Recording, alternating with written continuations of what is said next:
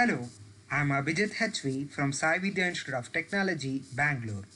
In this video, I will be explaining software testing laboratory program next date function.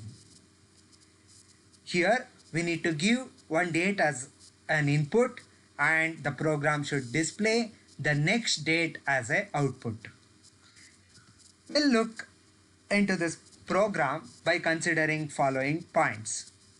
See, we'll fix one boundary for the dates. So we are taking one example that is from 1812 to 2013. You can fix any boundary for this. The next one is in every month we have the days from 1 to 27. Let me call it as normal days. We don't have any issues because if I give the date as 1, so it will easily display the next date as 2. Till 27 we don't have any issues.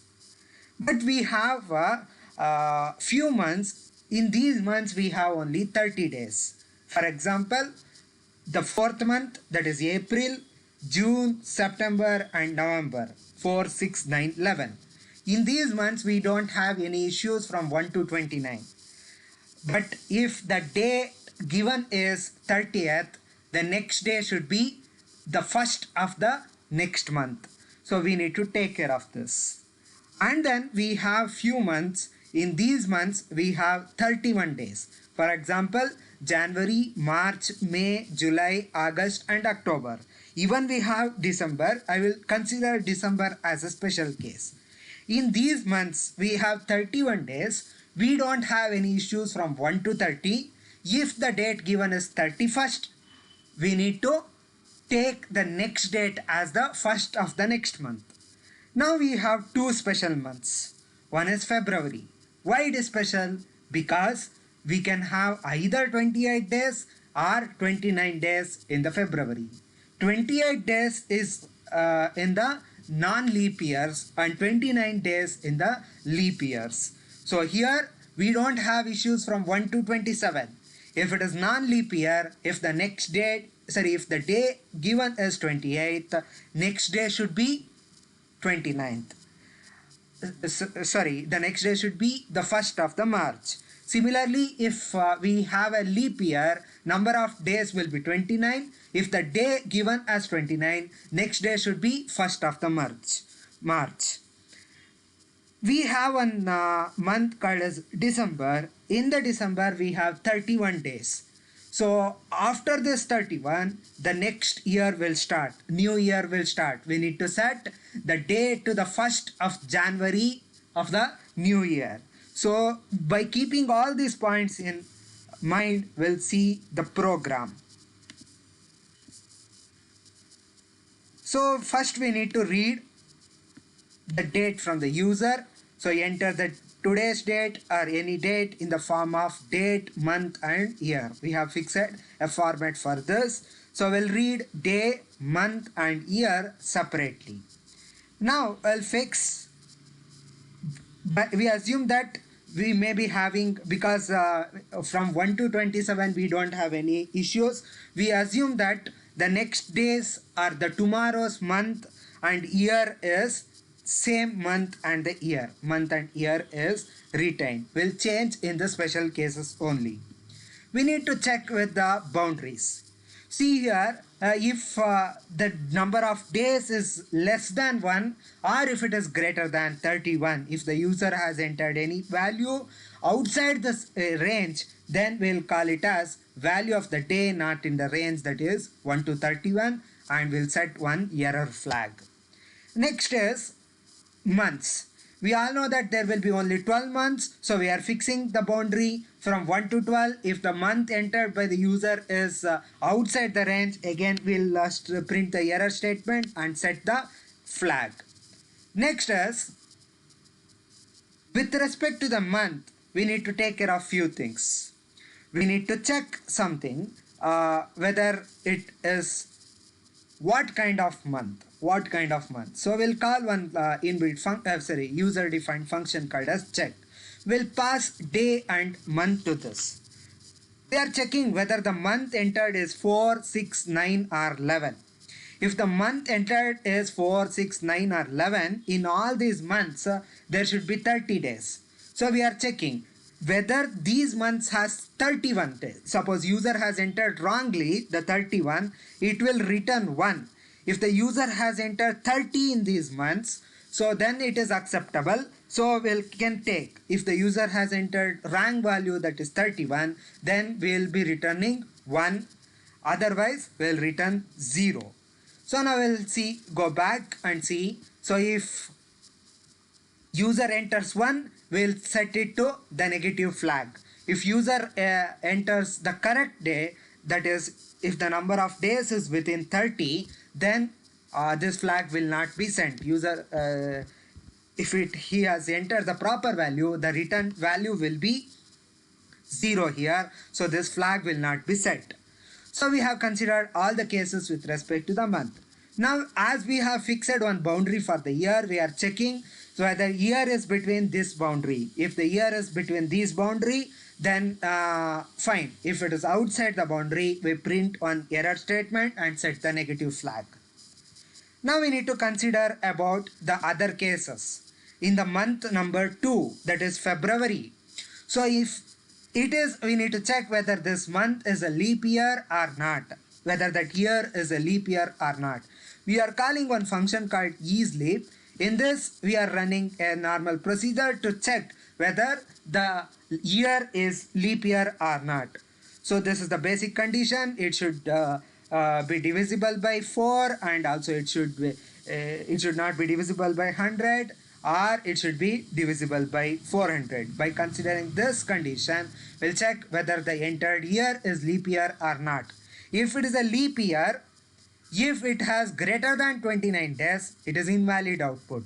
If it is a non-leap year, if it has greater than 28 days, again it is invalid output.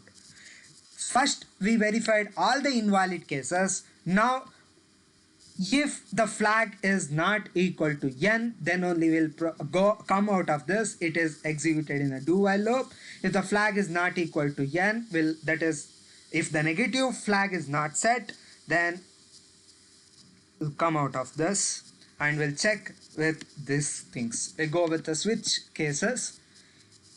So in this, for the months 1, 3, 5, 7, 8, 10, they are January, March, May, July, August and October. So this is one category. If the day is less than 31, so next day will be, the tomorrow's day will be day plus 1, no issues. Otherwise, if the day is 31, so the next day will be incremented or set to the 1, reset to 1, because new month will start and the month will be incremented by 1. So this is in case of January, March, May, July, August and October. For the other cases, if the month is 4, 6, 9, 11, that is April, June, September and November. If the number of days is 30, the next day is just increment. Otherwise, you reset the next day to 1 and increment the month and stop. If it is a December, if it is case 12, if it is December, if you have less than 31, if the number of the day entered is less than 31, we don't have any issue, increment the day. If it is 31, we need to reset the day to 1. We need to reset the month to 1 because new year, new month will start, and we are checking if the entered year is 2013, so it is out of boundary. So after this, the boundary will exhaust. So we'll print one statement, next day is out of boundary value, and we'll increment the year and again we'll display. If it is within the range from 1812 to 2012, so then what we'll do, we'll increment the year also in this case. Now I'll take the another special case, February. If the number of days is less than 28, no issues, increment the day. If it is a leap year and if the entered day is 28, increment the day without any problem. So it will be 29th, next day will be. If it is a non-leap year, then if the number of days is 28 and if the leap year and if the day entered is 29th, reset the number next day to 1 and set the month to 3. The month will be the March 3 and you can come out and you can print these statements. Now we'll take one testing tool for testing this program, that is boundary value analysis. See, what is this boundary value analysis? In many cases, there may be so many inputs and it will become difficult for us to check for all the possible input values. So we have one testing tool called as boundary value analysis. What we do here is we check based on boundaries. We have 5 different entities here. One is minimum, minimum plus 1, normal, max minus 1 and max. What is this? This is a starting point of the boundary. For example, if you take day, it will be 1. Month, it will be 1. Year, we have assumed it as 1812. Maximum range is month can go up to 12. This is the maximum boundary level. Day can go up to 31. Year can go up to 2013 because we have fixed that. So based on this, we have categorized. This is the starting boundary and this is the ending boundary. And here we take the next element, min plus 1. Min plus 1 will be month number 2, day number 2, 18, 13. Max minus 1, it is 11, 30, 20, 12. And we can take in between the median one, that is normal. Any value in between, we can take it as 6, 15, 19, 12. If the test satisfies all these conditions, then we may tell that the program is working effectively. So we write one test case like this. So we can have a case IDs, test case numbers, some descriptions, possible input values, what is the expected output, what is the actual output, and status, whether the test case passed, or if you want to make any remark, you can write here. See here, we'll take all the possibilities. We start with by taking minimum value for the month, minimum value for the day, minimum value for the year, and maximum value for the month, maximum value for the day, maximum value for the year. And in between min plus 1, max minus 1 and normal.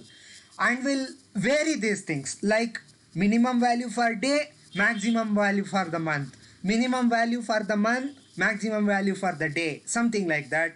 By considering all the possible test cases, we can write one testing table and we can check whether we get the expected output or not, and we can conclude about this. We can also take some special cases like for leap years, for 2013 December 31st, something like that, and we can check whether the test case is satisfied or not. Thank you.